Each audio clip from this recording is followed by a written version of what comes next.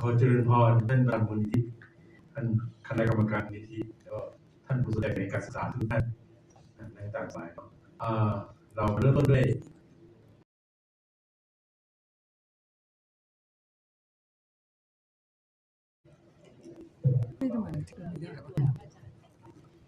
ขอเจริญพรท่านประธานมูลนิธิท่านคณะกรรมการมูลนิธิแล้วก็ท่านผู้สนใจในการศึกษาทุกท่านในต่างสายเราเริ่มต้นด้วย